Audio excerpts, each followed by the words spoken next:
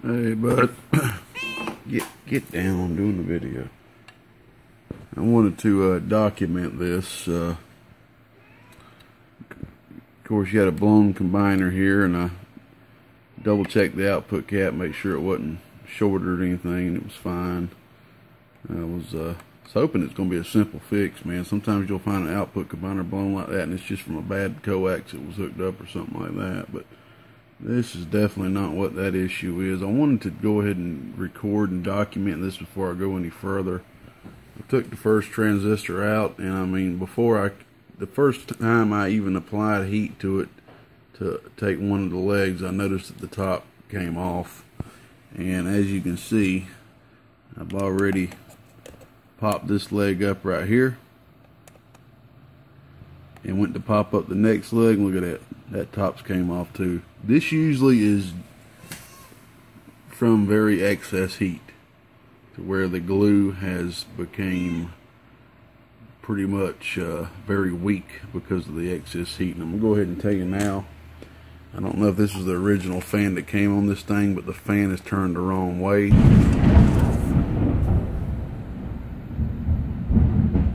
Okay, now that just scared the living shit out of me. My God, that scared the hell out of me. I did not know we were supposed to be having any rain tonight, and I thought a damn explosion just went off just then. That was very loud. Whew, I think that's probably the most scared I've ever been from thunder before, because I had no idea it was supposed to be raining. I just walked outside not long ago, and I seen, you know, I had not even an inkling that the storm was coming or anything. I hadn't seen no flashes or nothing, and when that went off just then, I thought a damn bomb just went off, man. Whew, that scared the crap out of me, man. I don't think I've ever had that happen before. I mean, when you know storms are coming, your mind's already kind of looking for thunder or something. I didn't even have no idea. Dang. Back to what I was saying. Son, it scared the hell out of me. The fan is turned the wrong way. That could have something to do with this. I mean, you want the air blowing down onto the components, push towards this direction through the heatsink, cooling the heatsink out the back. When you got the fan turned the way this is, blowing upwards, it's going to suck the air through the portholes in the back, come up through the front right here, and go directly out without even touching any of the components. That is not what you want with these boxes, man. And I know there's a lot of theories with certain people, you know, have your fan turned down or up. The fan needs to be turned down, blowing onto the components. So, you know, it at least cools down some of the components as well as cooling the heatsink also. You know, a lot of people's like, well, it's going to be blowing hot air across the heatsink. Not hot air like you think. You just want air being blown on these components. You know what I'm saying? Then through the heatsink. It ain't gonna be like it's blasting hot air across the heatsink or nothing. It's just, you want that cold air hitting the components. This might be a prime reason why. There goes another loud ass thunder. I'm hooked to a dummy load though, so I'm all good. I hope. So anyway, I just wanted to record that before I did it. I mean, I hope all these tops don't pop off on you, man. But one thing that I did do, I went ahead and checked each 2-pill section when I disconnected the combiner, as you can see here, and either section was not producing watts. That's something I'll do real quick just to see if there's a transistor blown in one section, and I can see, okay, this section's making power, this section's not. I know it's one of these two, so I don't even have to mess with them unless I need to match them, which a lot of times will be done. Or I'll just pop up one and see what it is and kind of match to that one. So there, I don't know what's going on here, but there's something wrong with each of the sections. I don't know if you have a blown transistor in each, or you just never know. I wouldn't think it's been hooked up backwards. There's an Anderson plug on it. So I'll get these things took out, man. We'll go from there. I'll have to give you a ring, see what you want to do with this thing. Alright, bud. I'll be back. Alright, the top one has popped off the third one. Okay, and I've got just enough heat on this thing. I mean, I'm being as careful as I possibly can be. If you take a look at my heat, man, I'm on 650 degrees. And that's just enough for me to melt that solder good to lift that up. That top popped off as soon as I lifted up the this emitter. So it looks like all these transistors are going to be this way. Maybe we'll get lucky and the last one ain't. I'm going to check them after this. I absolutely hate gluing tops back on because they never go off on the way they came off. I mean, you got to get there and try to get the old glue off, try to get them on there right. And sometimes it's just, then you got to have it's best to have a glue that doesn't become weak when it's heated up. The amount of temperature these things heat up to, you know, epoxy. When epoxy is heated, it isn't a high heat resistant glue. It just isn't. It ain't really a good glue to use.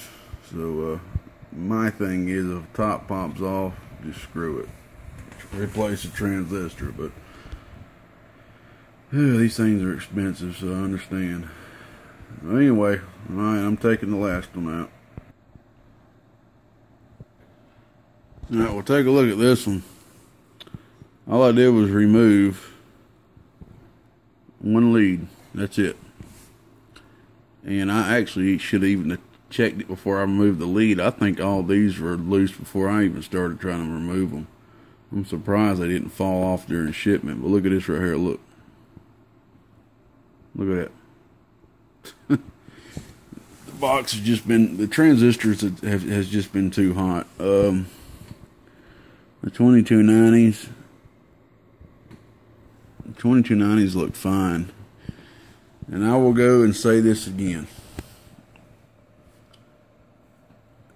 I'm not really going to say that I'm not a big fan of 2x4s. I'm not going to say that. But I'm not a fan of them not being shown the proper way to use them. The problem is, 2290s is too much drive for 42879s to get out there and beat the hell out of it and rag chew. This is what you're gonna have an issue like this. You're gonna have an issue. You're gonna be blowing pills right and left. 2x4s is the most repaired 4-pill configuration amplifier that I have repaired yet to this day. And the reason is when people get a 2x4, they don't understand that they're more designed as a low drive amplifier for smaller radios. So you can get full output out of 4 transistor with smaller radios. They go hitting them with export radios, comp tune radios. There ain't nothing wrong doing that in the competition.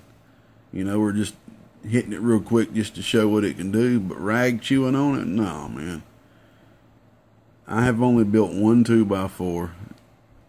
It's still in operation. It's going on about a year and a half, maybe 2 years now. Being used every day. It's got metal clads all through the dang thing. I built it extra tough. I knew the guy's going to be hitting it with a 2950 that is pumped up a little bit. And luckily, it's still going. Luckily. But, yeah, 2x4s, if not run right, you will have a lot of problems with them. Because that is a lot of drive beating the heck out of them 4-pills. It really is. I'm a bigger fan in a 1x4 at all 2879s. I'm a bigger fan with that rather than this. But hey, a 2x4 rock and roll at a competition. Don't get me wrong. But everything has its place when used correctly. Alright, let's get this last pill out of here, out of the 4-pill section. Let's check them and see what they're looking like. I just want to document this real quick. Take a look at this top. See if I can't get that to zoom. Clear it up.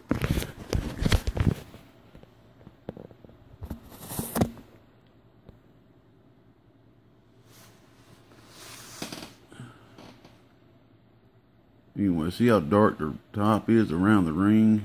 I haven't seen this much. I don't think I've ever seen it this bad.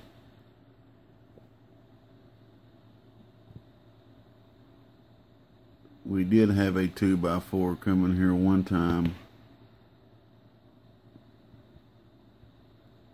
that had gotten so hot that the glue, just the ring around the top of the transit where you could see the glue, had turned, you know, blackish brown color, but none of the tops had came off those transistors.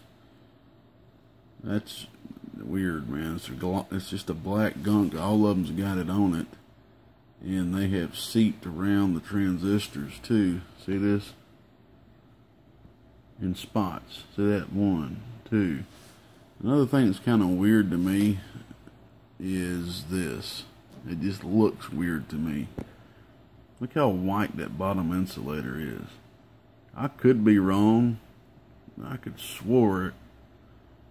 I can't remember which one it is. I know the 2879 dots have a new insulator, bottom insulator that they're using. But it's usually a gray color. That is very white. I'm just documenting this. That's all I'm doing. I'm gonna check the transistors out. There's that one where the top hasn't came off all the way yet. Look at that.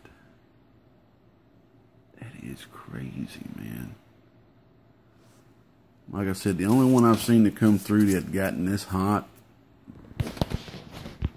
was one that had a lot of problems. The guy wanted to keep the transistors rolling to try to save some money, and one would blow, he'd send it back, 2 popped.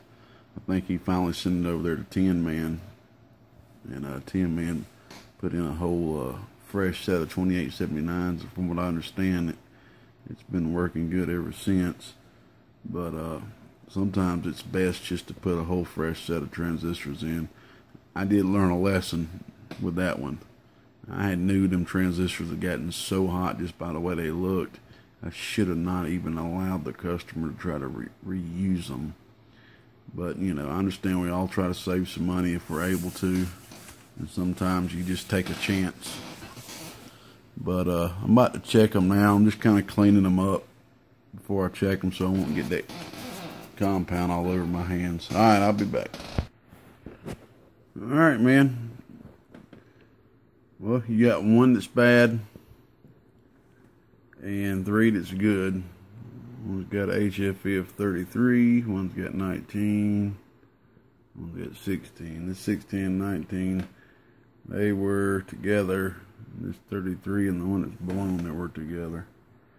And I still don't think that's all the problem, just one blown transistor.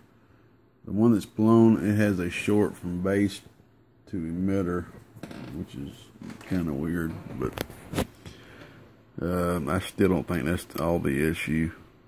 And I don't know, might have a shorter cap somewhere, I don't know. This might be one of them ones that's got to just kind of trace it down with steps. But I'll have to give you a call, see what you want to do.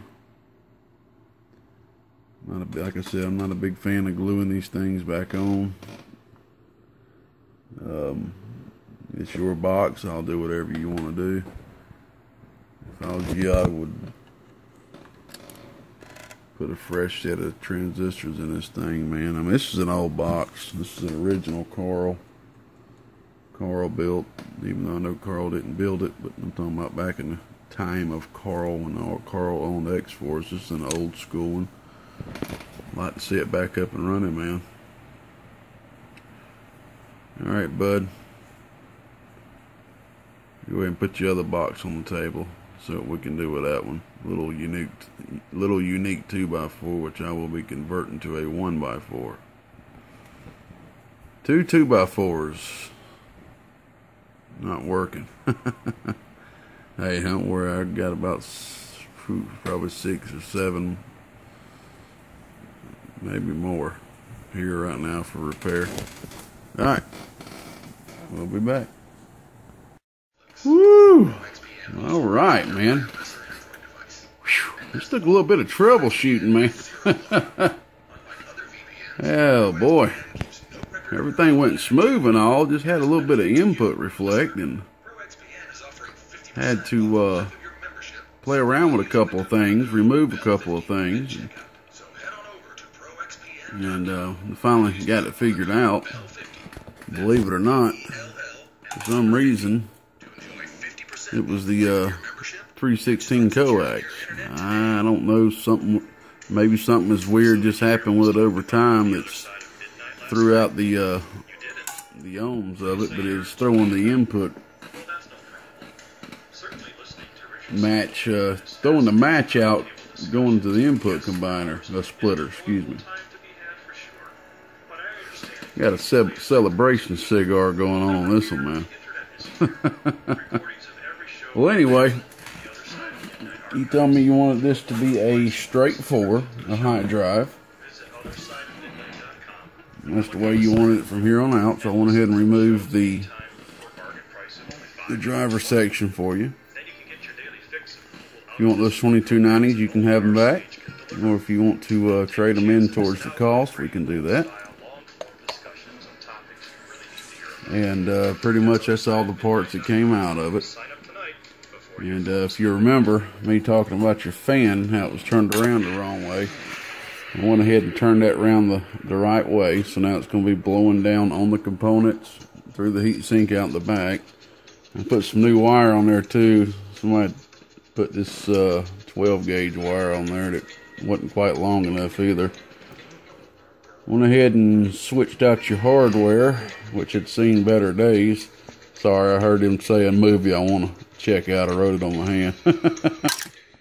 Oops, dropped the screw down there. Anyway, yeah, whenever I see hardware like that, it's hard for me to give it back to the customer like that. Dump that screw. There's that screw. Yeah. Anyway, so we got you some stainless steel hardware in there now. And I've got the fan hooked up. That resistor was not hooked up either. As soon as you hook that fan up on a running regulated supply, it's going to blow. So I'll solder that on after when I go ahead and put the top back on and everything.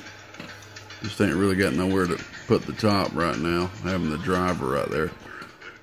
So anyway, man, it looked real nasty.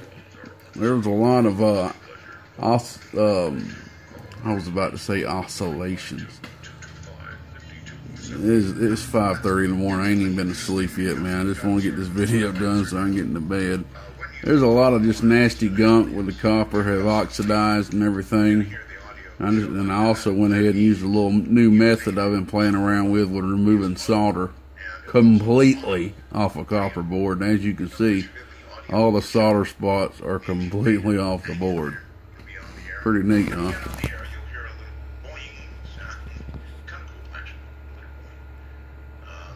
If I took a little bit of acetone, I could actually clean all that up too, where you can see the peel strips. So anyway, I think that looks a lot better than having nasty globs of solder sitting everywhere, don't you think? I do. So that's why I done it for you. Somebody came in here to clean all the flux off everything too. I had to apply some flux. So anyway, there's all the parts that was in there. Well, all the tops off and everything. And as you recall, every single one of these tops fell off while just lifting up one leg to remove the transistors. So this box had gotten very, very, very hot. Alright, there's the transistor that was blown. Let me show you something pretty neat. Oh. As you probably could see earlier in the video, this telltale resistor right here, I call it a balancing resistor, but it's not technically a balancing resistor. I call it a balancing resistor because it lets you know if the circuits are out of balance. So you can kind of call it a balance, and I guess you could call it a unbalanced indicator resistor. UBIR, a Uber. That's a Uber resistor. I just came up with something new. Let's see. Is that right? Uber. Unbalanced indicating resistor. That is a Uber. U-bar or Uber. I want every builder out there in the world to start calling this a Uber resistor. It'll make me feel special if you do, okay? This is a Uber resistor. An unbalanced indicating resistor. It lets us know when there's an unbalance. Or is it imbalance? I think it's imbalance. That kind of messes everything up, don't it? Then we can call it a, let's see, Uber, Eber. An Eber. This is an Eber resistor. Imbalance indicator. Let me get off that, y'all. Y'all like, what the hell is this guy talking? Anyway. As you noticed, this resistor blew, okay? I think that's what basically let him know something was up. He had some smoke coming out of it. That's why that's there. It did its job. And then none of these quarter watt 10 ohms are blown. You know, and it rarely happens, but from the experience I've had so far, I have seen it happen a time or two to where you will blow a transistor and all your 10 ohms will be still good. And you're like, well, how is that possible? And I will show you right now, just with a simple multimeter. I could get my atlas out and show you the same thing.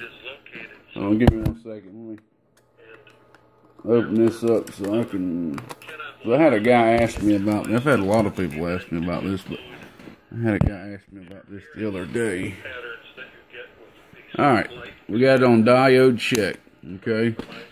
Because a good transistor, we can read a good conducting diode 2 different directions.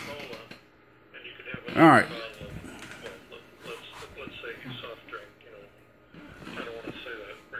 All right, this is the base. This is the collector on top. And these are the emitters. Okay. I'm going to try to hold the phone with my chin. Y'all hang in there with me.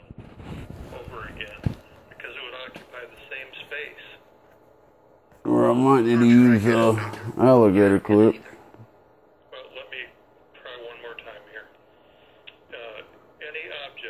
Can y'all see 617 on the meter? This is macro and micro. Alright, that's base to emitter, 617. So we have a good conduction from base to emitter. I mean collector, excuse me, I'm sorry y'all. Base to collector is not blown. Alright, base to emitter. That's why remote viewing is possible, is because we are there wherever it is that we target. And the grid or base to emitter, we do not see any conduction. you want to call it. Okay, so base to emitter is blown. Does automatic targeting and essentially locates part of where you are. Alright, hopefully you can see that.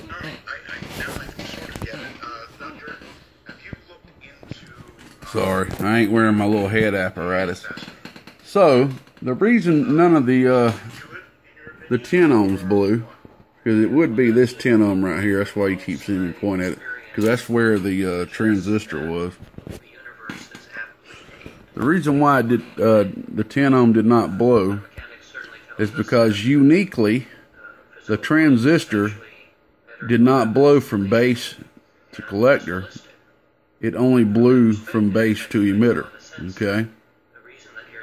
It blew this direction, but did not go this direction. If it had blew this direction, you would have an inrush of current flowing down, and it would short out or overload that 10 ohm resistor. Because we got a DC ground here, and we have an AC ground, okay? So you got 2 different things going on at once. I won't get all deep into that right now. So I need to get in the bed. So that happens sometimes. It don't happen a lot. Usually you're gonna see a 10 ohm blue. So that's pretty cool.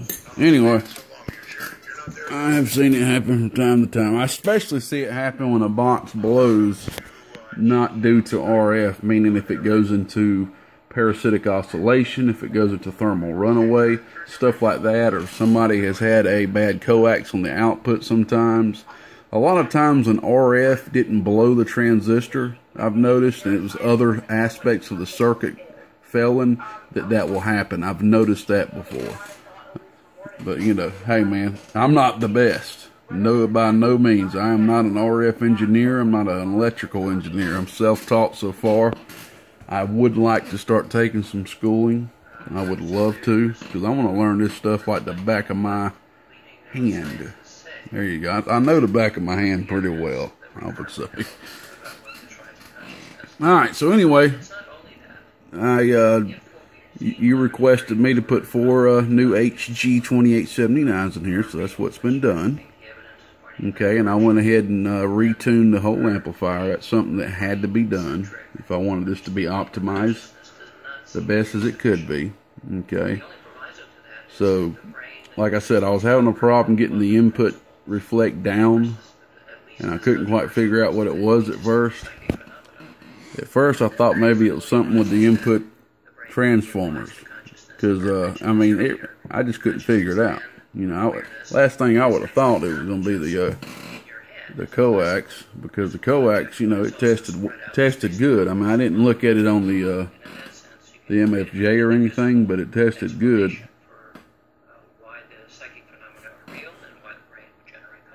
But you got 2 brand new input transformers now, so you can't beat that.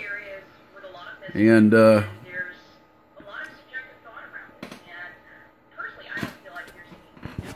let's see here. I don't want to leave anything out. I removed your variable for you, and I went ahead and capped that out right there, so there won't be no hole there for you. I cleaned the box up a little bit. Oh, I might have already mentioned this, and I see sometimes I'll make videos spreading apart within days, and I'll forget what I've already said, but you might remember I might have already mentioned I had to change the input SO239s, put you some new SO239s on here, because the old ones literally just fell apart, man. Look at this. I've seen it happen before, but not much. I don't even know where I put the other. I think it might have fell out on the floor or something when I was taking it out. And then this one right here is loose. So I don't know how they had the actual panel mount connected to this, but this is actually loose. I could actually probably remove this portion from this portion.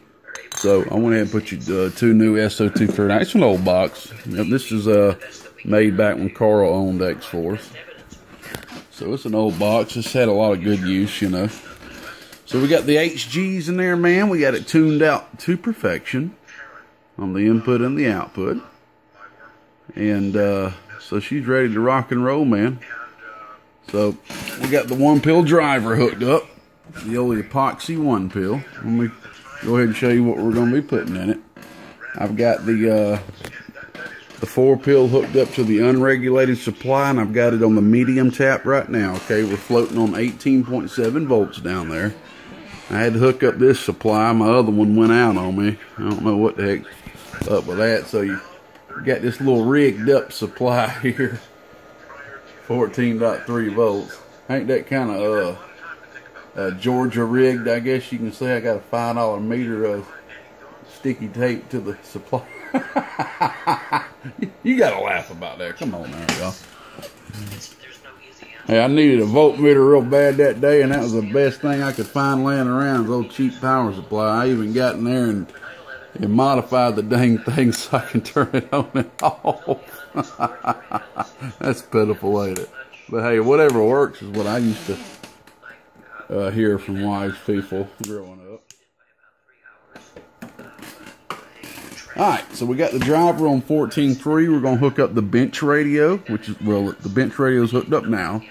So we're going to be driving 4 watts RMS, which is going to be peaking around 18 to 20 into the driver. And I'll show you how much that will be putting into the 4-pill. 1,000 watt slug. RMS. Oh, oh, that's like 30 watts RMS. Peak. Oh, almost 100 watts. We're looking at about 90 watts or so. Alright. Go ahead and kick the 4-pill on. Let you see where the dead key's at. A little bit under 100 watts. Look at that. We got a little friend crawling on the bird meter. Oh, that's a spider. Never mind.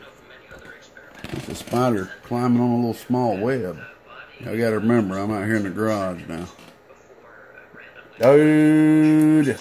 Oh, what are we talking? We talking about 250?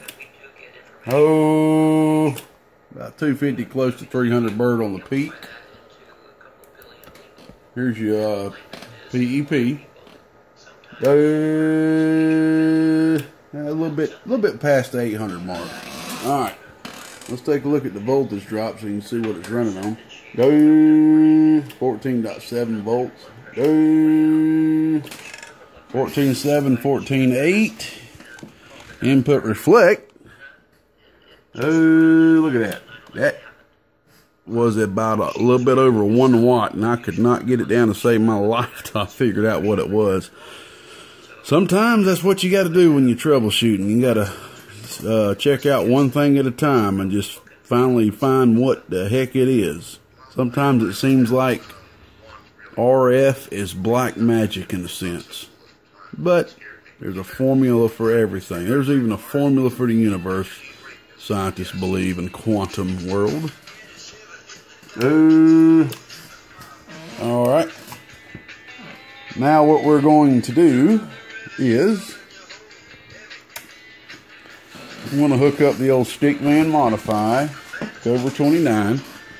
The voltage on this is turned down to around 11, 8, 12 volts, somewhere around there, just enough to get the radio to do 8 watts RMS. And if I had more time, I would have my new derail monster Cobra 29 hooked up. God dang it, I wish I had it hooked up, but I do not have it hooked up right now. The sun is coming up. I need to hurry up. Alright, give me 1 second. I'm going to hook up the hot radio so we can see what this bad boy is doing with a little bit more drive. Alrighty, we got the Stickman Modified Cobra 29 hooked up. Rest in peace, my buddy. Miss you every day, man. Still don't feel real to me. Alright, let's go make the driver now do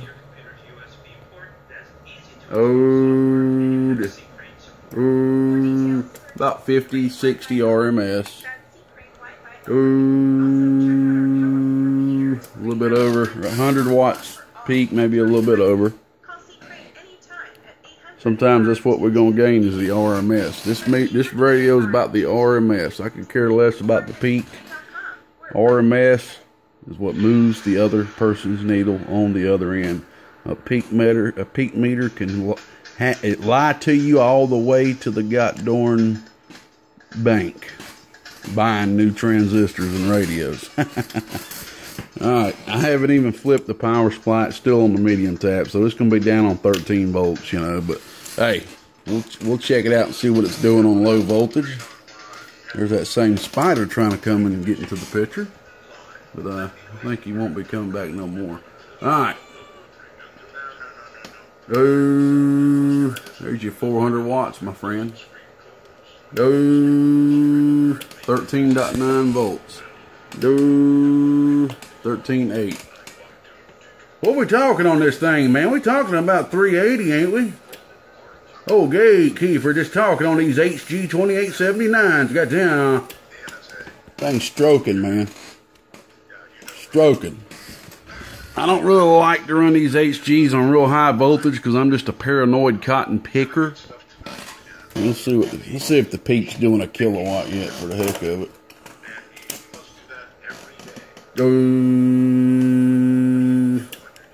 A lot of you saying, well, how come it ain't gained a hell of a lot of peak? Hey, brother. Like I said, This radio is an RMS radio. Sometimes you'll see peak increase with it, sometimes you won't. If I go grab this striker that's over here, which you never see me use, this export radio, I can hook that bad boy up and you will see more peak watts,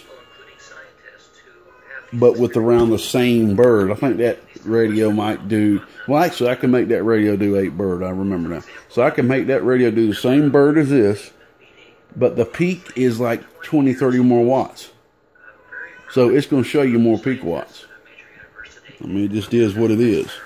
That's how a lot of these guys show a lot of peak watts. Just because they have radios that's doing a lot of peak watts. It's just that simple. Alright. But the RMS is what I'm concerned about. Alright. We are now on the high tap, which is now capable of 100 amps. And I'm just going to give a quick burp. Oh, 500 watts RMS. Oh, 15.7 volts. PDP. Oh, 1,000 watts. Alrighty, man. This thing is rocking and rolling. And I'm headed to the cot picking bed, shawty. Did I just say shawty? What is wrong with me? I'm tired, man. You know what I'm saying? I've been out here working all cot picking day. I got a lot of people waiting on old Gatekeeper, man. A lot of people. So I ain't even gonna package this up tonight. I'm gonna get out here tomorrow and solder the wire for the fan on here. And all I can say, y'all, is it's an HG nation. These transistors are very impressive. They definitely do the power. They definitely do the power. A lot of people are having great success with them. No doubt about it. Can't wait to see everybody at Manchester coming up, by the way. Don't forget, I do that thing every year. The first person that walks up to me and shakes my hand and says, "Hey, Gatekeeper." First person to find me on their own. I know, it's like, well, how do we find you? We don't know what you look like. Yeah, I understand that part. I'll tell you this, I'll be wearing something that connects me to Gatekeeper. I won't have my Gatekeeper on my hat or nothing like that. But I will have something that connects me to me, so to give a good hint. And it can't be no locals that already know me out here or nothing like that. It's got to be somebody outside the state of Georgia. Or at least somebody I don't know real well. It can't be none of my close buddies around here or nothing like that. Like Mud Duck and people like that. Nah. Can't be them. First person that finds me, walks up to me and shakes my hand, you'll get a little treat. The last guy won just a little small MOSFET box. Nothing serious, but, you know, just having fun. Just having fun. All right, I'm out of here, man. I'm hitting the sack, cotton picker. I'm gone. Bye-bye.